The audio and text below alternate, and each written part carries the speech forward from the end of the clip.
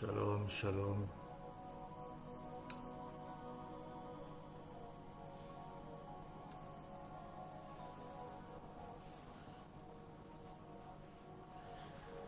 Shalom, bien-aimés dans le Seigneur, bienvenue à notre direct du vendredi soir. Nous sommes contents de vous retrouver. Nous sommes contents d'être ensemble. Alléluia. Est-ce qu'on peut inviter les autres, partager cette vidéo comme est le principe de base des réseaux sociaux, que nous puissions partager et commenter. Alléluia. Bienvenue à toi qui nous suis, bienvenue à toutes les personnes qui sont connectées, toutes les personnes qui croient au Seigneur Jésus-Christ de Nazareth, qu'il est mort et ressuscité. Amen. Nous qui sommes morts aussi en Christ et qui nous sommes vivants par la puissance de la foi, par la puissance de sa grâce, par la puissance de son nom. Amen. Donc nous sommes dans notre vendredi de prière. Nous allons continuer notre message qui s'intitule « Ne va plus à Andorre ». Nous sommes le vendredi 8 novembre et nous sommes ensemble pour 1 heure de temps. 1 heure. Amen. Shalom. Pasteur Maripa. Que la grâce de Dieu soit sur toi au nom de Jésus-Christ de Nazareth. Amen. Nous sommes ensemble, comme je disais, pour à peu près 1 heure de temps. 1 heure, c'est vraiment très très peu. Nous faisons à peu près 1 heure par semaine, ce qui vaut à 4 à 5 rendez-vous par mois, selon s'il y a 4 ou 5 semaines. Et nous espérons vraiment que le Dieu de la Bible nous fasse réellement du bien et que sa parole puisse se manifester puissamment dans notre vie. Si on peut inviter les autres, on va attendre encore quelques minutes que les gens se connectent. Je sais qu'il y avait une réunion il y a quelques minutes de ça. Et je sais que les gens vont venir se connecter, soit en direct ou soit en différé. Mais toujours est-il que nous sommes là, nous sommes présents à œuvrer pour le royaume. Alléluia. Shalom à tous, shalom à toutes. Que la grâce de Dieu soit sur nous au nom de Jésus-Christ de Nazareth. Est-ce que vous m'entendez? Est-ce que le son est bon? Amen. Est-ce que vous m'entendez? Est-ce que le son est bon? Shalom. La servante de Dieu, Sabine Newton. Bienvenue à tous et à toutes dans notre direct. Amen. Que la grâce de Dieu soit avec nous, avec notre esprit. Nous sommes très heureux d'être là, nous sommes très heureux d'être vivants. Amen. Amen. Nous sommes très heureux d'être là, nous sommes très heureux d'être vivants. Alléluia. Que la grâce de Dieu soit sur ses serviteurs et ses servantes. Merci, servante de Dieu, Marie-Pa. Merci beaucoup, pasteur Marie-Pascal. Merci, merci, merci. Shalom. Merci beaucoup, servante Sabine Newton. Merci beaucoup. Bonjour, la maman Flora. Que la grâce de Dieu soit sur toi, la maman du docteur de l'Éternel. Merci à Dieu, car il prend soin de vous, il prend soin de vos vies, il prend soin de votre foyer. Et je bénis le Seigneur pour ça. Merci beaucoup pour le son. Merci, merci, merci. Je suis très très content d'être là avec vous, parmi vous. Et je suis très content que l'Esprit Saint aussi soit parmi nous. Amen. Il est 23h07. Je disais que nous sommes ensemble pour à peu près 1 heure de temps. Et nous allons prier à la fin afin que Dieu puisse se manifester. Et aussi, comme à l'accoutumée, nous allons prier aussi au début. Donc nous sommes dans notre 3e et dernière partie. Je vous assure que le thème que nous avons choisi, Ne va plus à Andorre, nous montre vraiment que la Bible est vraiment un enseignement et un coach vraiment de vie. Amen. C'est vraiment une expérimentation spéciale. C'est vraiment quelque chose d'extraordinaire que d'explorer les écritures profondes de la Bible, parce que nous avons vraiment tout son un chrétien a besoin pour pouvoir vivre normalement, sans extravagance et sans pauvreté. Si vraiment nous appliquons ce que nos parents spirituels, donc mère et père spirituels, si vraiment nous appliquons ce qu'ils disent, je vous assure que la vie de quelqu'un change. Moi je peux témoigner la différence, mon Dieu. Je vois la différence depuis des années et des années, même si je m'étais éloigné de Dieu pendant un moment, mais Dieu est fidèle et sa bergerie reste et demeure toujours ouverte. Quelle que soit l'heure, quels que soient les jours, nous sommes bénis parce que nous avons un Dieu miséricordieux. Donc nous sommes dans notre thème « Ne va plus à Andorre ». Amen. Ne va plus à Andorre, la troisième partie. Ne va plus à Andorre. J'attends encore à peu près une petite minute, histoire d'arriver jusqu'à 23h10. J'aime bien les comptes ronds. Pourtant, je ne suis pas comptable, hein, mais bon, c'est mon côté un peu maniaque. Donc, fin 23h10, nous allons commencer. Et le Seigneur va se manifester. Shalom, servante de Dieu Mariam, Sir Tama, que la grâce de Dieu soit sur toi, sur ta famille.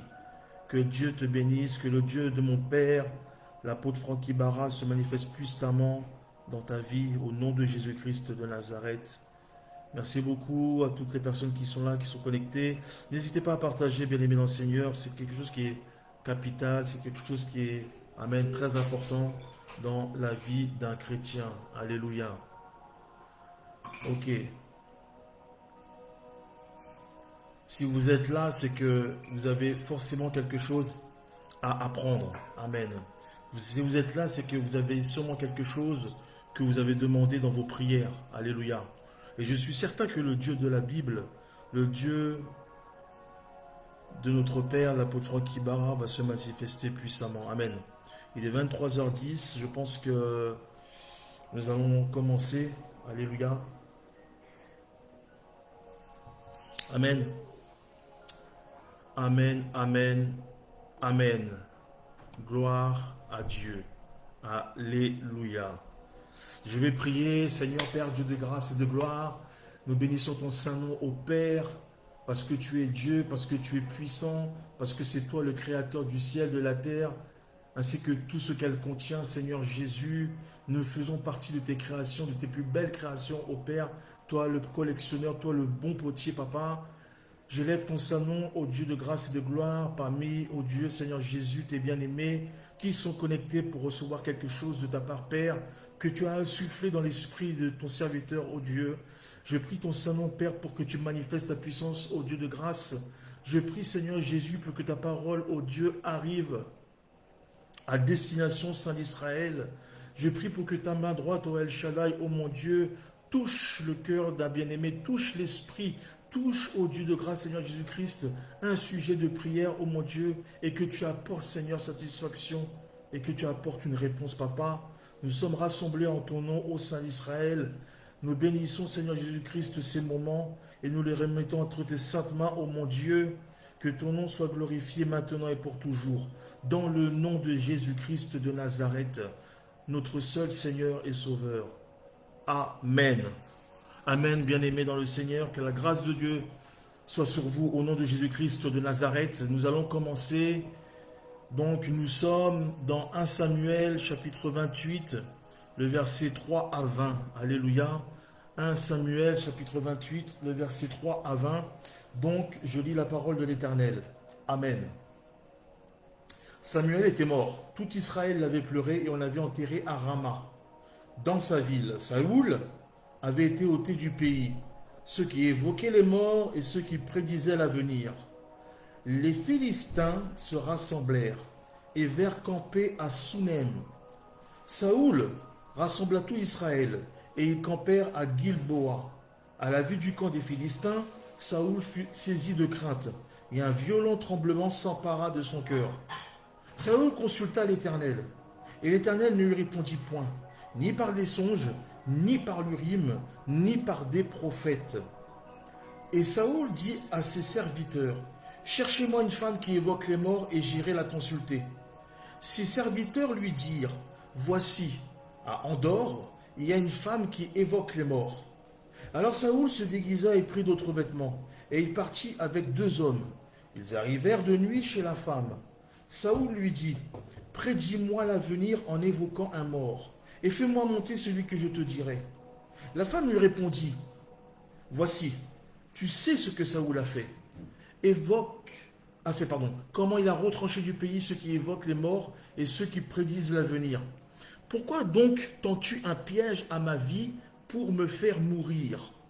Saül lui jura par l'Éternel en disant, l'Éternel est vivant. Il ne t'arrivera point de mal. Pour cela, la femme dit, qui veux-tu que je te fasse monter? Et il répondit, fais-moi monter Samuel. Lorsque la femme vit Samuel, elle poussa un grand cri, et elle dit à Saül, pourquoi m'as-tu trompé? Tu es Saül. Le roi lui dit, ne crains rien, mais que vois-tu?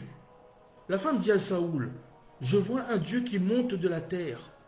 Il lui dit, quelle figure a-t-il? Et elle répondit, c'est un vieillard qui monte et il est enveloppé d'un manteau. Saül comprit que c'était Samuel, et il s'inclina le visage contre terre et se prosterna. Samuel dit à Saül, pourquoi m'as-tu troublé en me faisant monter? Saül répondit, je suis dans une grande détresse. Les Philistins me font la guerre, et Dieu s'est retiré de moi. Il ne m'a répondu ni par les prophètes, ni par les songes. Et je t'ai appelé pour que tu me fasses connaître ce que je dois faire. Samuel dit, pourquoi donc me consultes-tu, puisque l'Éternel s'est retiré de toi, et qu'il est devenu ton ennemi? L'Éternel te traite comme je te l'avais annoncé de sa part. L'Éternel a déchiré la royauté d'entre tes mains, et l'a donnée à un autre, à David. Tu n'as point obéi à la voix de l'Éternel, et tu n'as point fait sentir à Amalek l'ardeur de sa colère. Voilà pourquoi l'Éternel te traite aujourd'hui de cette manière. Et même l'Éternel livrera Israël avec toi entre les mains des Philistins. Demain, toi et tes fils, vous serez avec moi. Et l'Éternel livrera le camp d'Israël entre les mains des Philistins. Le chapitre 20 dit, aussitôt Saül tomba à terre de toute sa hauteur, et les paroles de Samuel le remplirent d'effroi. De plus, il manquait de force, car il n'avait pris aucune nourriture de tout le jour et de toute la nuit. Amen. Alléluia. Merci d'avoir... Oui, c'est très très bien. Merci d'avoir mis le texte pour les gens peut-être qui n'ont pas de Bible. Shalom, servante Linia 7, que la grâce de Dieu soit sur toutes les personnes qui sont connectées. Donc, je disais, nous sommes dans notre, comment dirais-je, thème qui est « Ne va plus à Endor ». Alléluia. « Ne va plus à Endor ». Donc, il faut regarder la première, deuxième partie pour comprendre certaines choses. Et nous sommes dans la troisième partie, et je pense que ce sera la dernière partie. Il y a beaucoup de choses à dire, mais nous allons arrêter là parce que nous avons plein de sujets en cours et il est important que vous puissiez recevoir le maximum d'informations concernant notre vie chrétienne. Alléluia. Donc, au début, la Bible nous informe qu'avant la consécration de Saül, il s'était mis avec un serviteur à la recherche des ânesses qui s'était égaré appartenant à son père, Kis. Sauf qu'après avoir traversé plusieurs territoires, la Bible dit qu'ils s'arrêtèrent dans une ville. C'est de là que le serviteur avait dit à Saül qu'il y avait un prophète capable donc de leur indiquer, amen, le chemin pour qu'ils puissent retrouver les ânesses. Alléluia. Donc cette ville, c'était la ville tout simplement de Samuel. Samuel, le grand prophète. Amen.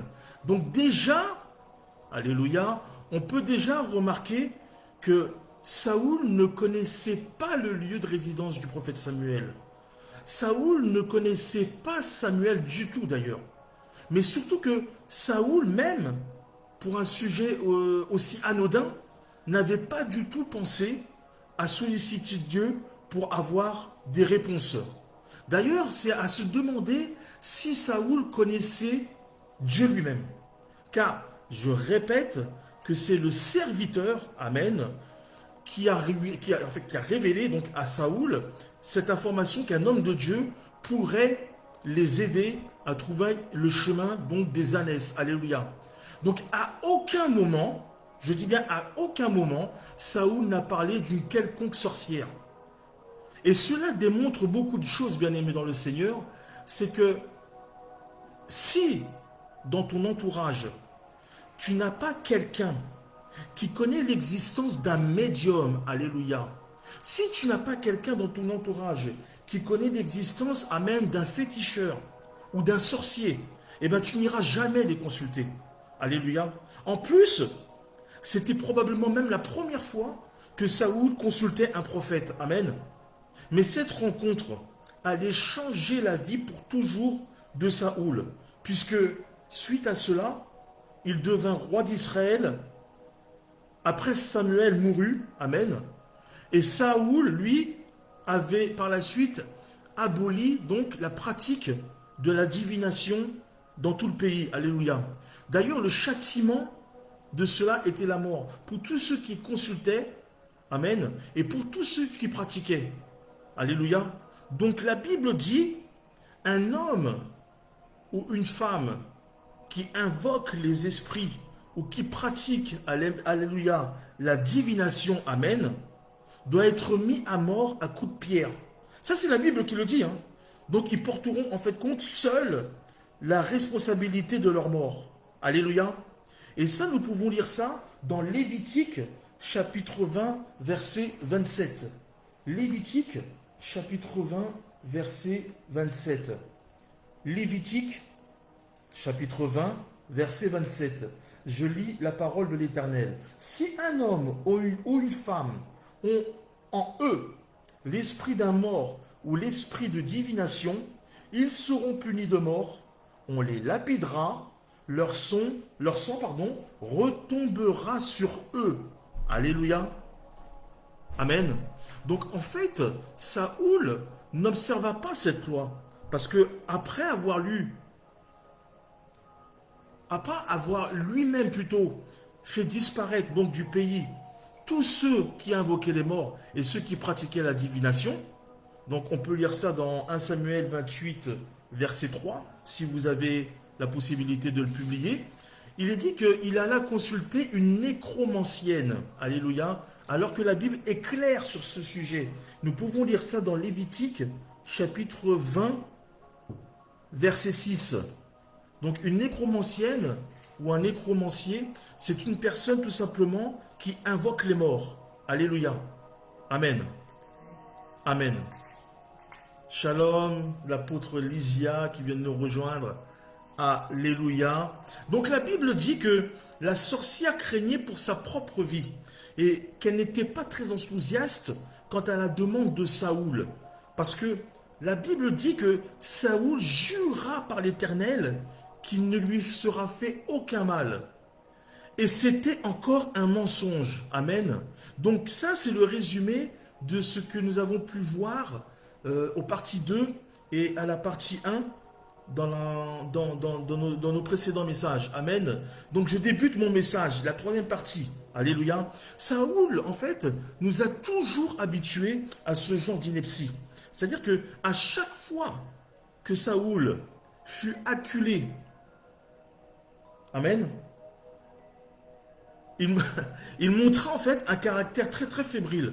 À chaque fois que Saoul a été mis au pied du mur, il nous a manifesté un moral très incertain, avec bien souvent un doute envahissant et un discours véhément. Amen. Et quand je parle de ça, en fait, je pense moi à Goliath, où en fait, vous souvenez-vous, quand il avait fait des promesses pour celui qui se portera volontaire d'affronter le géant de Gath. En fait, il avait dit qu'il se verrait recevoir la main de sa propre fille. Souvenez-vous, etc., etc. Vous trouverez ça dans 1 Samuel, dans les débuts. Amen. Et donc, c'était une promesse qu'il se garda de tenir, voyez-vous. Et en fait, je ne sais pas si vous vous souvenez aussi, la fois où il fit jurer le peuple de ne pas manger avant le soir, mais que Jonathan lui-même, son fils, leur fit faire le contraire, en incitant le peuple à manger. Mais que le peuple décida à la place du roi de laisser vivre Jonathan. Ce qui démontra finalement à Saoul son incapacité à appliquer la parole de Dieu pour que lui-même et pour le peuple de Dieu. Amen. Et que dire en plus lorsqu'il fit assassiner les 85 hommes portant les fautes de l'un. Alléluia. Puis en plus, il a même massacré la ville de Nob, qui était une ville sacerdotale, où il a massacré, il est dit dans la Bible, hommes, il a massacré femmes, il a massacré enfants, il a massacré nourrissons, à cause du manque de discernement et à cause, alléluia, de son orgueil. Amen. Donc, en fait, si la situation même s'était limitée à cela, la Bible dit que rongé par la jalousie, alléluia, envers son gendre, donc David, Saoul a cherché à mettre fin à ses jours à plusieurs reprises. Pas à ses propres jours, mais aux jours de David. Alors qu'en réalité, David était encore la seule personne qui respectait le roi. Amen. Vous voyez, pourtant, lorsqu'on regarde à peu près, grosso modo, je synthétise, le roi Saoul, donc roi selon les hommes, puisque c'était le peuple qui avait demandé un roi, donc Saoul, en fait, il était rempli de vanité. Il était tellement rempli de vanité qu'il s'était même érigé une statue, souvenez-vous, une statue à Carmel. Amen. Donc vous voyez, ces traits de caractère sont similaires, amen, à des gens qui sont prêts à tout, je dis bien à tout, pour servir leur intérêt. C'est des gens qui sont prêts à tout, je dis bien à tout, mais en se victimisant. Je m'explique. La Bible dit que Saoul captura Agag. Souvenez-vous, c'était le roi d'Amalek lors d'une excursion. Donc, il est dit qu'ils ont capturé Agag vivant et qu'ils voient à la destruction tout le peuple amalécite. Amalécite, alléluia. Mais la Bible dit que Saoul et le peuple épargnèrent Agag. Alléluia. Non seulement ils épargnèrent Agag, ainsi que les meilleurs animaux. Et ce n'est pas ce qui avait été dit au départ, voyez-vous. Mais tiens-toi bien, bien-aimé dans le Seigneur, toi qui m'écoutes. Car lorsque Samuel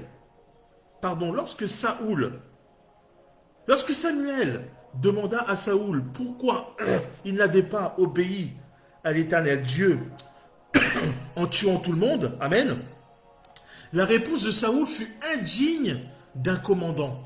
La réponse de Saoul fut indigne du chef des armées. La réponse de Saoul fut indigne, amen, d'un capitaine. Pire, la réponse de Saoul fut indigne d'un roi.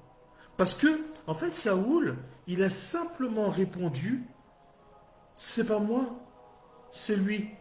Je ne sais pas si vous vous rendez compte de la réponse. On va lire ça. C'est dans 1 Samuel, le chapitre 15, verset 15. La bataille de Marignan, 15-15. Ok.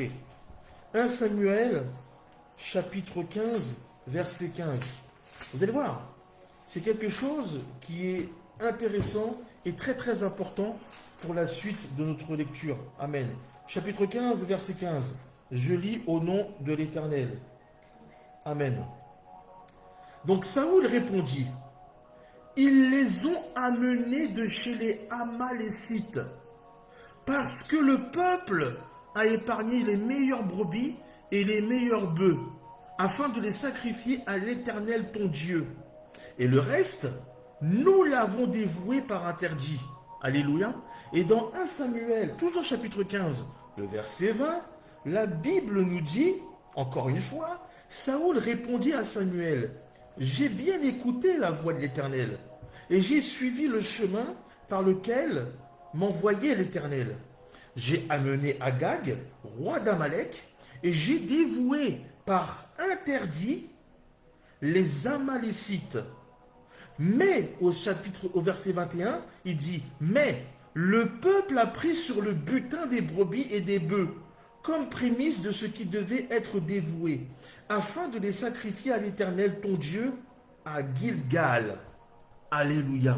Vous voyez, Saoul, il venait perdre toute crédibilité par sa désobéissance. Amen. Non seulement il a perdu de sa crédibilité, et en plus, par son incrédulité. Parce que Saoul n'avait pas la crainte de Dieu. Saoul n'avait pas cette crainte que les chrétiens doivent avoir. Amen. Et nous sommes entourés de gens ayant ce type de profil. Je veux dire que ceux et celles qui n'ont pas cette crainte de Dieu, qui n'ont pas cette déférence envers le sacral, autrement dit, ceux qui ne se remettent jamais ou très peu en question. Et c'est aussi pour cela qu'on observe une absence de pardon chez nos frères et chez nos sœurs en Christ, bien-aimés dans le Seigneur. Ou alors, c'est un pardon à demi-mot. C'est un pardon sur le bout des lèvres, mais qui ne s'apparente en rien au véritable pardon de Jésus-Christ de Nazareth. Amen. Est-ce que je parle à quelqu'un au nom de Jésus? Et ces mêmes personnes ont une souffrance plus intense que la nôtre, vous remarquerez. Disons que leur histoire, leur expérience, leurs problèmes, leurs maladies sont plus graves que la nôtre. Amen. C'est-à-dire que ces personnes-là, elles se plaignent et elles jalousent notre situation, voire même notre salaire, sans pour autant savoir qu'elles gagnent plus que nous. C'est ça qui est extraordinaire. Et vous remarquerez que tout ce qui les concerne est extrapolé. C'est-à-dire que, d'ailleurs, vous verrez que ces mêmes personnes, elles minimiseront notre douleur. Elles vont minimiser notre peine. Elles vont minimiser nos souffrances. Parce que celle des autres est toujours minimisée. Et la leur est toujours amplifiée. Vous n'avez jamais remarqué ça? En plus d'être coupables, ces personnes-là, ils se présentent comme la victime. Et elles font croire à l'autre que l'autre est en tort. Et tu vois, si je suis parti, ben c'est à cause de toi. Vous voyez, c'est ce genre de discours que ces personnes-là peuvent avoir. Parce que, en fait, si je suis parti, c'est parce que tu ne fais plus ceci, ou parce que tu ne fais plus cela, etc., etc. En fait, c'est des gens qui sont dans le mensonge. D'ailleurs, il y a même des personnes qui vont dire, ouais, mais si je levais la main sur toi, c'est parce que tu m'as poussé à bout. Ah, d'accord. Ah, c'est pour ça que j'ai pris un coup de poing sur la figure. C'est pour ça que j'ai pris une gifle. C'est pour ça que tu m'as bousculé. Donc, en fait c'est à cause de moi. C'est à cause de moi je dois m'en prendre, en réalité, qu'à moi-même. Alléluia. Donc, ce sont des vrais manipulateurs. Amen. Ce sont des vrais manipulateurs et manipulatrices qui ont toujours besoin de contrôler les faits et gestes de l'autre, de manipuler les émotions d'autrui en faisant semblant de compatir. Alléluia. On peut voir aussi une absence de réalité persistante chez ces gens-là. Autrement dit, ces personnes-là, en fait, elles refusent de voir la vérité en face. Et elles n'hésitent pas à mentir pour protéger leurs intérêts. Même si dans leurs mensonges jaillit quelquefois, même parfois, et j'ai même envie de dire souvent, une contradiction avec eux-mêmes. Amen. Est-ce que je peux avoir un amen? Donc vous voyez, ces personnes-là, elles sont toxiques. Et leurs pensées, souvent, appellent des interrogations. Leurs pensées, la façon dont ces personnes-là, elles pensent, ça appelle des questionnements. Je veux dire que ces mêmes gens peuvent détester quelqu'un sans raison. Ces mêmes gens peuvent détester quelqu'un sans raison. Saoul détestait David sans raison, au point de chercher à lui ôter la vie. Ce qui est incroyable, c'est qu'en plus de cela, il s'en était rendu malade. Amen. Sa haine fut à son apogée jusqu'à la mort de Saoul. C'est pour cela que la Bible nous met en garde sur les paroles de gens comme Saoul. Apôtre Lisa, est-ce qu'on peut lire un passage? C'est dans Proverbes. Vous allez voir. C'est dans Proverbes. Et dans Proverbes, Proverbe 26, le 26, verset 24. Écoutez ce que la Bible dit. Proverbe 26, le verset 24. Il faut se méfier des gens comme ça. Il faut se méfier des gens comme ça. Et la Bible le dit très très bien dans Proverbe chapitre 26, le verset 24. Par ses lèvres, celui qui est se déguise, et il met au-dedans de lui la tromperie. Amen. J'ai une autre version, ou si vous avez une autre version, écrivez cette version-là. J'ai eu une autre version, je crois que j'ai pris ça dans Darby. Il est écrit, celui qui éprouve de la haine se déguise avec ses paroles, et il cache au fond de lui la tromperie. C'est les œuvres du diable. C'est les œuvres du malin. Voyez-vous, celui qui éprouve de la haine se déguise, voyez-vous, se déguise avec ses paroles. Amen. Et il met au-dedans de lui la tromperie. Alors maintenant, je vais déclencher l'alerte enlèvement. Je vais déclencher l'alerte enlèvement. Tu vas me dire pourquoi certainement. Et je vais te dire pourquoi. Parce que ces gens-là, ils peuvent t'enlever ta joie de vivre. Amen. Ces gens-là, ils peuvent t'éloigner de ta famille. Ces gens-là, ils peuvent t'éloigner de tes amis. Ils peuvent t'enlever ta fierté, ils peuvent t'enlever ton amour-propre. Et ils peuvent te rendre à l'état de serpillière. Ces gens-là, ils peuvent t'enlever ton cœur afin que tu puisses te sentir inutile, afin que tu te sentes indésirable, afin que tu te sentes insignifiante. Alléluia. Ces mêmes personnes, ils peuvent t'enlever tout le bien que les gens pensaient de toi. C'est-à-dire que ces gens-là, ils vont te rabaisser. Alléluia. Ils vont te faire aussi passer pour une personne méchante. Parce que c'est des personnes, en fait, en réalité, qui sont constamment dans l'abus, qui sont constamment dans la destruction, qui sont constamment dans les conflits, qui sont constamment dans les palabres. Bien-aimés, ces gens sont toxiques pour ta vie. C'est pour cela que je viens dire à quelqu'un, ta vie spirituelle ou ta vie normale, ma prière est que Dieu te sépare des personnes nauséabondes, que Dieu te sépare définitivement de ces personnes toxiques, que Dieu te sépare définitivement au nom de Jésus-Christ de Nazareth et que ces personnes ne reviennent plus jamais dans ta vie au nom de Jésus-Christ de Nazareth. Amen. Amen. Amen. Le roi Saoul, il est dit dans la Bible qu'il souhaita donc connaître son dessein. Amen. Et donc, d'enfreindre en fait sa propre interdiction. Et donc, par l'occasion, se disqualifiant comme roi. Et se condamnant lui-même à la mort. Alors, pendant la séance, la Bible dit que le prophète Samuel est apparu et que lorsque la sorcière vit Samuel, elle poussa un cri et dit à Saoul, « Pourquoi tu m'as trompé?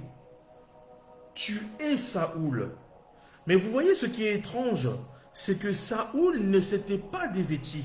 Et Saoul était toujours déguisé pendant la séance.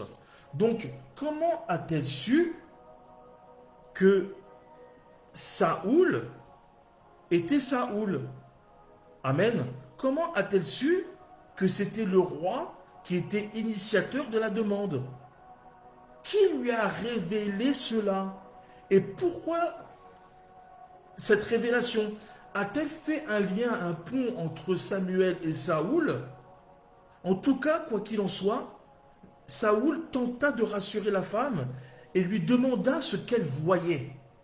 Donc c'était le but de sa visite. Et en fait, la sorcière lui répondit, « Je vois un Dieu qui monte de la terre. » Alors Saoul demanda quelle forme il avait. Et la femme rajoutant, « C'est un vieillard qui monte. » Il est enveloppé, amen, d'un bateau. Qu'il est enveloppé d'un manteau, pardon. Et alors, dès cet instant, la Bible dit que Saoul se prosterna devant l'esprit ou le fantôme qu'il n'avait même pas vu. Et c'est ça qui est hallucinant, qui est ahurissant. En fait, c'est l'attitude du roi. Je parle d'un roi. Un roi qui, du vivant de Saoul, n'avait jamais agi de la sorte. Et nous savons tous que devant la pauvreté, bien-aimés dans le Seigneur, devant la souffrance, devant les problèmes, alléluia, en fait, devant, amen, les problèmes financiers, devant les problèmes sentimentaux et consorts, alléluia, certains chrétiens capitulent sans même avoir eu la capacité ou l'intelligence d'esprit de demander l'assistance, amen, à Dieu. Alléluia. En fait, ces gens-là, ils ne se rendent pas à l'église. En fait, ils acquiescent échec sur échec. Échec, pardon, sur échec. Et c'est alors, en fait, qu'ils se rendent à Andorre. Amen. Et quand ils se rendent à Andorre, c'est pour faire quoi? C'est pour aller chez les médiums. C'est pour aller voir des sorciers. C'est pour aller voir des liseuses de cartes. C'est pour aller voir des gens qui lisent dans les boules. Des gens qui lisent dans les marques de café. Les gens qui lisent dans les tarots, dans les mains. Alléluia. Et or, la Bible dit, vous n'avez pas encore assez souffert jusqu'au sang contre le péché. Je ne sais pas si vous avez déjà lu ça. On peut lire ça, l'apôtre Lysia, c'est dans Hébreux chapitre 12, verset 4. Hébreux chapitre 12, verset 4. Vous n'avez pas encore résisté jusqu'au sang en luttant contre le péché. Amen. Vous voyez, il y a des gens, ils n'ont pas souffert assez. Il y a des gens, ils ne connaissent pas ce qu'est le mot souffrance, la vraie souffrance. La souffrance où quand tu n'as plus rien. La souffrance où quand les gens ont menti sur toi. La souffrance quand tu es atteint de maladies chroniques ou de maladies héréditaires ou de maladies invisibles ou de maladies incurables. La souffrance quand tu dois élever seul tes enfants et que tu es sans travail, sans ressources. La souffrance quand ta femme ou ton mari t'a humilié, t'a rabaissé, a levé la main sur toi. Et quand tu as toutes ces choses-là mis bout à bout, là tu peux dire que tu as souffert jusqu'au sang. Là tu peux dire que tu as raclé le fond de la cuvette, si je peux m'exprimer ainsi. Alléluia. C'est pour cela que, en fait, Dieu, il interdisait, et je dis même encore, aujourd'hui, Dieu interdit la consultation des voyants et consorts, parce que, en allant à Andorre, bien-aimé, Saoul avait ouvert une porte vers sa propre mort. Amen. En fait, Saoul, il a compris, à travers la voyante, que c'était Samuel. Il a compris que c'était un Samuel. Et la Bible dit, il s'inclina le visage contre terre. Amen. Mais il n'a pas fait que s'incliner. Il s'est carrément prosterné. Mais la Bible mentionne que Samuel dit à Saoul, « Pourquoi as-tu troublé mon repos en me faisant monter ?» Je rappelle ici que Samuel n'est pas présent. Et que par conséquent, Samuel parle au travers de la bouche de la sorcière. Attention, Samuel n'est pas là. Samuel parle au travers de la bouche de la sorcière. Souvenez-vous, il y avait un film comme ça qui s'appelait Ghost, avec Patrick Swayze et la femme noire là. T'as connu ça? Whoopi Goldberg. Amen. Où elle jouait justement le rôle d'une nécromancienne qui faisait monter les morts. Alléluia. Mais en fait, ce qui est bizarre, c'est que cette femme a refusé de donner un conseil. Ou du moins, Saoul a refusé de donner un conseil. Mais au contraire, il a annoncé quelque chose auquel Saoul ne s'attendait pas. Il a annoncé une catastrophe à venir sur sa vie et toute sa postérité. Amen. Alors que la dernière prophétie de Samuel, de son vivant, ne lui avait pas annoncé ce malheur. Alléluia. Alors, si on se réfère, bien-aimé dans le Seigneur, aux 3 derniers chapitres de 1 Samuel, donc chapitre 28 jusqu'à 31, la Bible dit que Saoul n'est pas mort le jour suivant. Mais Saoul est mort 3 jours après avoir consulté la sorcière d'Andorre. Alors, qu'est-ce que ça veut dire, bien-aimé dans le Seigneur? Comprenez que ce que je dis, c'est que la sorcière avait annoncé que le lendemain, Saoul et ses enfants perdraient la vie. On peut lire ça dans 1 Samuel, chapitre 28, le verset 19.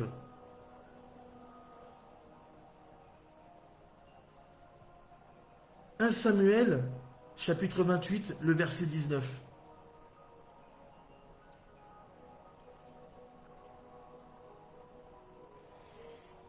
Et même l'Éternel délivrera Israël avec toi entre les mains des Philistins. Demain, toi et tes fils, vous serez avec moi, et l'Éternel livrera le camp d'Israël entre les mains des Philistins. Amen. Vous voyez? Il est dit le lendemain. Mais en réalité, lorsque vous lirez la suite, versets 28, 29, 30, 31, vous allez voir qu'en fin de compte, Saoul n'est pas mort le lendemain. Saoul est mort 3 jours après la prédiction de la sorcière. Donc la Bible nous enseigne quelque chose, bien aimé, que peu importe la véracité ou non des prédictions de ce genre d'individu, vous avez automatiquement ouvert une porte spirituelle que vous ne voyez évidemment pas, mais vous avez sollicité le monde des ténèbres en allant à Andorre. En faisant quoi? En allant voir des marabouts, en allant voir des féticheurs, en allant voir des sorciers et consorts. Dès lors où vous avez mis les pieds dans l'engrenage, vous avez ouvert une porte au monde des ténèbres. En remettant votre destin entre les mains des personnes, bien-aimées dans le Seigneur, qui consultent non pas les prophètes, qui consultent non pas les prophétesses de Dieu, mais qui consultent des gens de l'ennemi qui parlent au nom des esprits des morts. Amen. Vous avez donné aux sorciers quelque chose qui vous appartenait. Vous avez donné aux sorciers quelque chose sans le savoir et qui automatiquement aura des conséquences sur vous et sur votre propre famille. Pourquoi? Parce que la Bible, amen, dit que les enfants de Saoul moururent au combat alors que eux-mêmes n'avaient même pas consulté la sorcière d'Andorre. Vous voyez? C'est-à-dire que nous faisons des veillées pour enrayer le mécanisme du diable. Nous faisons aussi des veillées de délivrance pour mettre fin aux condamnations perpétrées par nos aïeux. Voilà pourquoi nous faisons aussi des veillées de délivrance pour arrêter tout le mécanisme qu'a mis en place les agents du diable. Alléluia. En fait, ce que nos parents, amen, amen, en fait, ce que nos parents ont fait, ce que nos parents ont ouvert comme porte, amen, ce que nos parents ont commis comme péché, ça a eu une onde de choc sur leur postérité. C'est-à-dire que nous avons subi des dommages collatéraux par rapport à ce qu'ils ont fait. Mais peut-être qu'ils l'ont fait sans le savoir. C'est-à-dire que nous, aujourd'hui, nous avons fait la même chose que nos parents. Et du coup, lorsque nous sommes partis sans le savoir, consulter des sorciers, eh bien nous aussi nous avons condamné nos enfants. Amen. Alléluia. Nous aussi nous avons condamné nos enfants. Amen. C'est pour cela que ça paraît anodin comme ça. C'est-à-dire que nous, on va voir des sorciers, nous, on va voir des gens comme ça, mais en fait, on se dit, mais nous, on fait pas de mal. On fait rien de... On fait rien de méchant. On va juste voir des médiums. On va juste voir des sorciers pour qu'ils puissent changer quelque chose dans notre existence, dans notre vie. Amen. Mais lorsque les sorciers vous demandent des cheveux, bien-aimés, c'est ça le problème. Lorsque vous allez à l'église, si un pasteur vous demande vos cheveux, il y a un problème. Amen. Un pasteur qui vous demande des cheveux, un bout de cheveux pour faire quoi? Mais si c'est un sorcier, bien-aimé, qui vous demande des cheveux, qui vous demande des objets, un sorcier qui vous demande des vêtements, qui vous demande de l'argent pour acheter des œufs, par exemple, qui est le symbole de la fécondité, ou pour acheter des animaux pour ces sacrifices rituels. Amen.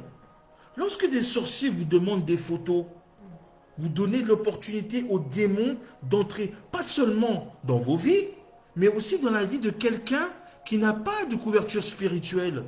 Et c'est comme cela, alléluia, que vous entendez que l'étoile d'une personne a été volée, l'étoile d'une personne a été dérobée, a été voilée. Amen. Ou des personnes qui sont à une place qui ne sont pas la leur. Une place qui ne leur était pas destinée. Alléluia. Amen. C'est pour ça que parfois vous entendez des artistes ou des acteurs, ces gens-là, ils cartonnent. Tout ce qu'ils font, ça fonctionne. Mais quand vous regardez leur vie personnelle, leur vie, c'est un échec. À tous les niveaux. Peut-être pas tout le monde, mais leur vie, c'est un échec. Pourtant, ils sont connus. Oui, c'est vrai. Ils sont connus internationalement. Oui, c'est vrai. Et pourtant, ils sont milliardaires. Oui, c'est vrai. Ils sont milliardaires aussi. Mais c'est pour ça que, bien souvent, nous, on jalouse des gens alors qu'on ne connaît pas l'origine de leur succès. Alléluia. On jalouse des gens qui, bien souvent, n'ont aucun mérite. C'est-à-dire que c'est même des gens qui ne connaissent même pas Dieu. Ils n'ont même pas Dieu. Et vous entendez qu'une personne, un jour, a subi des viols répétés par son propre père. Vous entendez des enfants qui n'ont plus de mémoire. Alléluia. Des personnes qui ont des très très grosses difficultés à l'école. C'est comme le fou de Gadara. Alléluia. C'est-à-dire que le fou de Gadara qui se meurtrissait avec des cailloux. Eh bien ça existe, bien aimé dans le Seigneur. Des personnes qui mangent des cailloux. Ça peut être ton fils, toi qui nous écoutes. Donc tu peux voir des personnes se balader nus. Parce qu'ils ne supportent pas des vêtements, ça les brûle. Ça fait comme quelque chose, comme de l'eczéma, comme de l'urticaire. Ça peut être ta fille de 18 ans qui tourne dans les films porno, qui a eu plus de rapports que n'importe qui. Vous voyez, ce sont des portes, alléluia, qui a été ouvertes à cause des consultations des sorcières d'Andorre. Tu vas consulter la sorcière d'Andorre pour que tu réussisses tes examens de conduite, pour avoir ton passeport, pour avoir ton visa, pour avoir ton titre de séjour, pour avoir ou retrouver un amour perdu. Toi qui as perdu ta virilité, tu as perdu ta puissance sexuelle.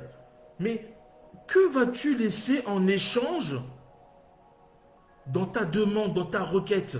Qu'est-ce que tu vas laisser? Quel sacrifice tu vas faire pour obtenir ce que tu désires? C'est ça la vraie question. Est-ce que tu vas y laisser ton âme? Ou celle de tes enfants? Quel risque tu vas prendre en empruntant cette route qui mène vers cette sorcière? Quel risque tu vas prendre en empruntant cette route qui mène vers ta propre mort, bien-aimé dans le Seigneur? C'est pour cela que je viens dire à un ami qui m'écoute, ne va plus à Andorre. Ne va plus à Andorre. Saoul voulait connaître son avenir. Amen. Mais personne ne connaît l'avenir aussi bien que Dieu. Personne ne connaît l'avenir aussi bien que notre Créateur, qui connaît lui-même la fin avant son commencement. Amen. Et puis, il est certain qu'il y en a qui ont reçu des dons de Dieu, c'est vrai. C'est vrai, ils ont reçu des dons de Dieu. Mais ces dons-là servent leur propre intérêt. Alléluia. La Bible dit que Dieu ne se répand pas des dons qu'il donne et de son appel. Ça, vous pouvez lire ça dans Romains. Romains chapitre 11, verset 29. Alors, je vais vous dire quelque chose qui va peut-être vous choquer. Alors oui, les médiums, ils peuvent voir des choses. C'est vrai. Oui, les médiums peuvent voir des choses qui sont vraies en plus. Mais quelle est la source? Quelle est la source? D'où ils puisent ces informations? Quelle est cette source? Écoutez, l'échec de Saoul n'est pas dû au fait qu'il allait voir juste cette femme. Non, non, non, non, non. Sa chute, en fait, est la conséquence de la désobéissance, amen, pendant tout son règne. En plus, quand vous lisez bien la Bible, on voit que la sorcière d'Endor, elle parle 99% du passé et 1% d'avenir, si on peut dire ça comme ça. Maintenant, avec quel type d'esprit Saoul est-il reparti lorsqu'il est parti voir la sorcière d'Endor? C'est ça la vraie question. Parce qu'il n'est pas parti comme ça. Non, non, non, non. Le fait qu'il a ouvert une porte, il est forcément parti avec quelque chose. Est-ce que c'est la combinaison du passé avec le présent qui peut condamner un futur? Parce que lorsque la sorcière évoque le manteau de Samuel, non mais ça c'est trop fort, lorsque la sorcière, elle évoque le manteau de Samuel, est-ce que c'était une stratégie du diable? C'est-à-dire que, est-ce que c'était le diable qui avait pris l'apparence de Samuel afin de culpabiliser Saoul lorsqu'il déchira auparavant le vêtement de Samuel après une altercation avec l'homme de Dieu? Voyez-vous? Donc, en fait, Dieu ne veut pas que tu ailles à Endor. Dieu ne veut pas que tu ailles à Endor. Dieu ne veut plus que tu ailles à Endor. Pourquoi? Parce que la source n'est pas fiable. Parce que la source n'est pas authentique. On voit bien d'ailleurs que la nécromancienne ne peut évoquer le futur qu'en répétant le passé. Lorsque l'on voit les prophéties de Samuel vivant, cela contraste quand même avec sa prédiction une fois mort. Toujours est-il que courir derrière les prophéties, nous en voyons beaucoup à l'église qui même ils attendent même pas la fin du culte, qu'on les voit déjà en train de faire la queue dans le couloir pour attendre l'homme de Dieu qui n'a même pas encore fini sa prédication. Tout ça pourquoi? Pour aller consulter l'homme de Dieu, pour avoir une prophétie sur quelque chose. J'ai pas dit que c'est pas une critique en réalité, c'est pas ça. Mais en fait, ce qu'il faut faire, c'est pas les prophéties qui sont les plus importantes. La chose la plus importante, en fait, c'est le salut des âmes. C'est ça qui est le plus important pour un chrétien. C'est le salut des âmes. C'est-à-dire que accéder au royaume, accéder à la vie éternelle. La prophétie, c'est pas mauvais, je le répète, mais c'est pas quelque chose qui est primordial dans la vie d'un chrétien. On peut recevoir une seule prophétie dans notre vie et recevoir à côté des enseignements. Mais il y en a qui courent tout le temps derrière des prophéties. Tout le temps, tout le temps. Et en plus de ça, lorsqu'ils reçoivent la prophétie, parfois même c'est des choses qu'ils ne sont pas capables d'assumer. Amen. Donc c'est pour ça que le plus important, bien aimé, c'est le salut des âmes. Et quoi qu'il en soit, amen, quoi qu'il en soit, la sentence donc du destin de Saoul l'a terrassé. Ce qu'il a entendu, ça l'a anéanti. Il s'est dit là, je suis foutu. La Bible dit qu'à cause de la peur, Saoul n'avait rien mangé. Donc ça sous-entend que s'il n'avait rien mangé et s'il n'avait rien bu, ça veut dire tout simplement qu'il jeûnait. Donc il n'a rien mangé de la journée et de toute la nuit.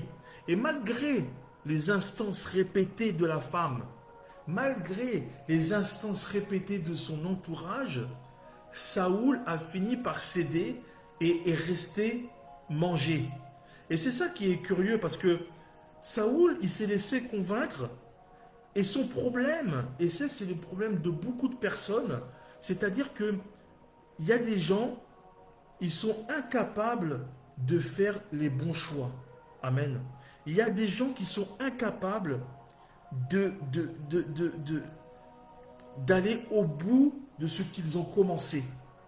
Il y a des gens, lorsqu'ils prennent des décisions, ils ont toujours besoin d'avoir l'avis des autres. Ils ont toujours besoin de savoir ce que les autres pensent. Et en plus, ils vont demander ça, non pas à une personne, mais à plusieurs personnes. Alors que, parfois ta femme est là, parfois ton mari est là. C'est pas mauvais de demander à d'autres personnes.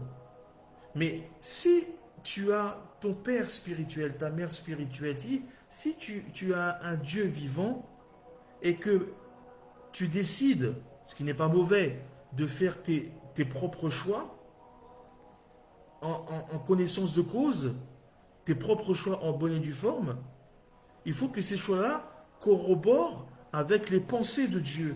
Amen. Mais il y a des gens qui sont incapables de faire des bons choix et surtout de garder ces choix et de les faire appliquer aux autres. Et c'est ça en fait le vrai problème. C'est ça aussi être leader de sa famille. C'est celui qui n'a pas besoin de se soumettre aux multiples avis des autres. C'est ça qui fait de nous des leaders. C'est ça qui fait de nous des conquérants. C'est ça qui fait de nous des chefs. Alléluia. Amen. Alléluia. Voilà ce que disait la troisième partie de notre message. Ne va plus à Andorre. Amen. Nous allons prier ensemble, bien-aimés dans le Seigneur, pour toutes les personnes qui consultent des médiums, des personnes que vous connaissez, qui consultent des féticheurs, qui vont voir des sorciers.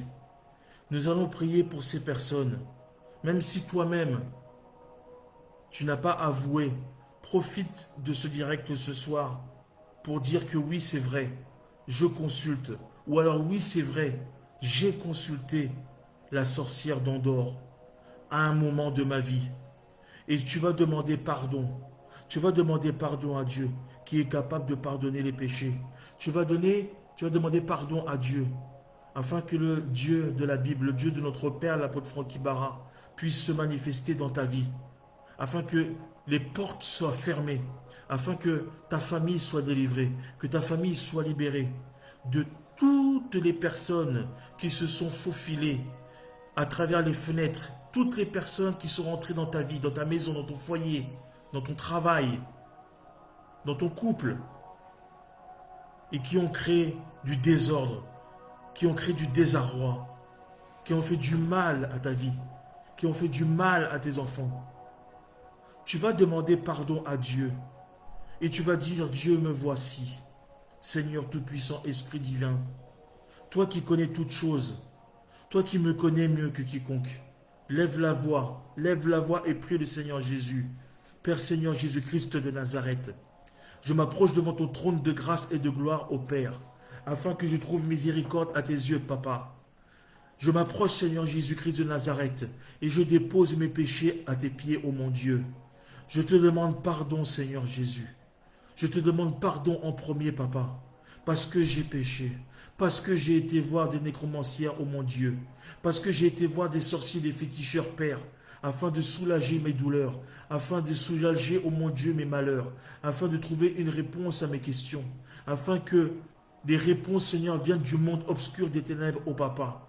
Je ne savais pas, ô mon Dieu, en allant consulter le monde des ténèbres, que j'ouvrais une porte, ô mon Dieu, à l'ennemi, et qui vienne semer le trouble, le désordre dans ma vie, dans la vie de mes enfants, dans leur scolarité, dans la vie de mon couple, dans mon foyer, ô mon Dieu.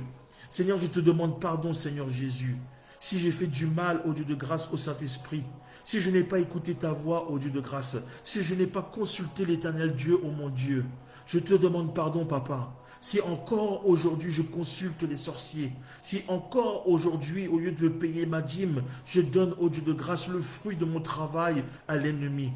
Je te demande pardon, Seigneur Père, si à cause de mes actions, Seigneur Jésus, j'ai condamné, ô mon Dieu, mon roi, mes enfants. J'ai condamné, Seigneur, leur vie. J'ai condamné leur avenir, ô Père. À cause, parce que j'ai consulté les sorciers. À cause d'avoir consulté des médiums. À cause d'avoir consulté des voyants, des féticheurs. Des gens qui lisent dans les mains, qui lisent dans les pensées, qui lisent, oh mon Dieu, dans des boules de cristal. Qui invoquent les morts, ô Papa. Je te demande pardon, ô Père. Je te demande pardon pour toutes les personnes, oh mon Dieu, que je connais. Qui vivent avec moi, sous mon toit, qui consultent encore des sorciers, qui maudissent, ô mon Dieu, l'Éternel des armées, qui maudissent, ô mon Dieu, Seigneur, ta parole, qui rejettent ta parole, ô Papa, mais qui préfèrent aller consulter des sorciers, afin que les sorciers, ô Dieu de grâce et de gloire, vendent leur âme, ô mon Dieu, au monde des ténèbres. Je te demande pardon pour ces gens-là, Père. Je te demande pardon, ô mon Dieu, eux qui ne connaissent pas, Seigneur Jésus-Christ, ta grandeur, qui ne connaissent pas que tu es capable de changer une vie en un instant, ô mon Dieu, qui ne connaissent pas que tu es capable de guérir, ô Père, en un instant, Seigneur Jésus. Je te demande pardon pour toutes ces personnes, ô mon Dieu, qui ont condamné leur famille, toutes ces personnes, Seigneur Jésus, qui se sont adonnées, ô mon Dieu, à toute forme, ô mon Dieu, macabre de cérémonie, à toute forme, Seigneur Jésus-Christ, de culte, de rituel, ô mon Dieu, qui servent, Seigneur Jésus-Christ, le monde des ténèbres, qui servent, ô mon Dieu, l'ennemi. Toutes les personnes, Seigneur Jésus, qui ont consacré des animaux vivants, afin qu'ils puissent être sauvés d'une quelconque maladie, afin qu'ils puissent retrouver un amour perdu.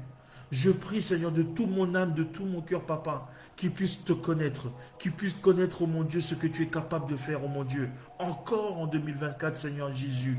Je prie au Seigneur Jésus-Christ de Nazareth, pour toutes les personnes, oh Dieu, qui ont consulté sans le savoir le monde des ténèbres, toutes les personnes qui s'adonnent, oh Dieu, à la voyance, toutes les personnes qui s'adonnent, oh mon Dieu, à des esprits impurs qui invoquent les morts. Je prie pour elles, Seigneur Jésus, qui ne connaissaient pas, Seigneur, l'ampleur des dégâts qu'elles ont commises en allant voir, Seigneur Jésus-Christ, l'ennemi. Je prie, Seigneur, pour leur vie, pour leurs enfants, pour leur foyer. Je prie pour leur travail. Je prie, Seigneur Jésus-Christ, afin qu'ils retrouvent, oh mon Dieu, ce que l'ennemi a volé, leur esprit, qu'ils ont volé, oh mon Dieu, leur mémoire, qu'ils ont volé, Seigneur Jésus-Christ, leur ovule, qu'ils ont volé, Seigneur Jésus-Christ, oh Dieu de grâce et de gloire, leur compte bancaire, leurs finances, toutes les choses, oh mon Dieu, qu'ils ont besoin pour vivre sur cette terre. Je prie, Seigneur, oh Papa, que tu puisses rendre, oh mon Dieu, récupérer, Seigneur Jésus, toutes les choses que l'ennemi, oh Dieu de grâce, a troquées, a échangées, contre, oh mon Dieu, Seigneur Jésus, Père éternel de grâce, toute forme d'objet satanique, qui crie contre leur vie, qui crie contre leur destinée prophétique, qui crie, Seigneur Jésus-Christ, Dieu de grâce et de gloire, contre leur famille. Je prie, Seigneur Jésus, Père, que ta main droite, oh El Shaddai, le délivre des mains des sorciers, les délivre, oh mon Dieu, des mains des féticheurs. Je romps tout lien, oh mon Dieu. Je brise tout joug, oh Papa. J'anéantis tout autel satanique, oh mon Dieu. Je brise, Seigneur Jésus-Christ, toute alliance au Père qui les mène dans le monde des ténèbres. Et je plonge la vie de tes bien-aimés dans le sang de l'agneau. Je prie, Seigneur Jésus, que tu puisses, oh Dieu de grâce, changer leur destinée, changer l'orientation, oh mon Dieu, de leur étoile, changer, Seigneur Jésus-Christ, leur vie, changer, oh mon Dieu, de tout au tout, Seigneur Jésus-Christ, corps et âme, oh Papa. Que leur destinée, oh mon Dieu, Seigneur Jésus-Christ, soit dans tes mains. Toi qui connais chaque cheveu qu'ils ont sur leur tête, toi qui es le juge des vivants et des morts. Seigneur, je prie parce que tu connais, oh mon Dieu, le nom de tes bien-aimés. Toi qui les as appelés par leur nom, Papa. Tu es capable, oh mon Dieu. Je prie pour leur vie, leur destinée. Que ton nom soit témoigné maintenant et pour toujours. Dans le nom puissant de Jésus-Christ de Nazareth, notre seul Seigneur et Sauveur. Amen. Amen, bien-aimés dans le Seigneur, que la grâce soit avec vous, que la puissance de l'agneau immolé soit avec vous, que l'Esprit de Jésus soit avec vous. Je prie de tout mon cœur, de tout mon âme, ô mon Dieu, pour tes brebis, qu'ils soient sanctifiés, qu'ils se cachent dans le sang de Jésus. Merci, Saint d'Israël, pour ces moments. Merci, nous sommes à la fin. Que la grâce de Dieu soit sur vous au nom de Jésus. Je recommande vos vies à l'Éternel. Je recommande votre foyer. Je recommande tous vos sujets de prière à l'Éternel, qu'il puisse vous apporter sérénité, calme et paix dans votre vie. Qu'il apporte des réponses claires. Ne vous soyez pas charmés par le serpent. Qu'il tabernacle vos rêves. Qu'il tabernacle vos pensées. Qu'il puisse privatiser, ô Dieu, Seigneur Jésus, votre esprit. Que vous ne soyez pas distraits, que vous ne soyez pas confus, que vous ne soyez pas dans l'imbroglio, mais que, au contraire, qu'il vous montre le chemin, la vérité et la vie. Qu'il vous montre que c'est lui la manne cachée, la manne révélée. Il a dit, vous connaîtrez la vérité et la vérité vous affranchira. Vous connaissez la vérité à présent. Vous savez que il faut bannir les sorcières d'en dehors de vos vies. Il faut bannir les sorciers. Il faut bannir les féticheurs. Toute forme d'esprit démoniaque, d'esprit impur. Toutes ces personnes qui s'adonnent à la faiblesse des gens, qui utilisent la faiblesse des gens, qui utilisent la foi des gens. Ayez une foi ferme et forte. Ayez une foi inébranlable. Ayez une foi ferme. Ne laissez pas l'accès à l'ennemi. Ne les laissez pas pénétrer dans vos vies. Ne leur donnez pas des facilités. Amen. Que le Dieu de la Bible vous touche de toutes sortes de grâces et de bénédictions. Je continuerai à prier pour vous. Je continuerai à prier parce que je vous aime. Et Dieu aussi t'aime. Reste calme, je vais prier. Seigneur, Père Dieu de grâce et de gloire, merci pour ces moments. Merci, Seigneur, pour ce direct. Merci pour tes pensées. Merci, Seigneur Jésus-Christ, pour tes enseignements. Merci pour tes brebis, Papa. Merci de leur donner à manger et à boire au Père, afin qu'ils puissent croître et grandir, oh mon Dieu, en espérance, qu'ils puissent croître et grandir en intelligence, qu'ils puissent croître et grandir en connaissance, Père. Je les recommande, oh mon Dieu, mon roi, que tu puisses les bénir pour tous ceux qui sont restés éveillez, tous ceux qui sont assistés à ce direct, tous ceux qui verront ce direct et tous ceux qui vont travailler, qui se lèvent tôt le lendemain, tous ceux qui travaillent et tous ceux qui ne travaillent pas. Seigneur, je les remets entre tes mains puissantes, ô El Shaddai, et que je les couvre de tes ailes puissantes, ô mon Dieu. Merci Seigneur pour leur vie, merci pour tout ce que tu as déjà accompli, tout ce que tu fais aujourd'hui et tout ce que tu feras demain. Que ton nom soit témoigné maintenant et pour toujours, dans le nom puissant de Jésus-Christ de Nazareth, notre seul Seigneur et Sauveur. Amen. Amen, bien-aimés dans le Seigneur. Que le Dieu de la Bible vous bénisse. Shalom, shalom.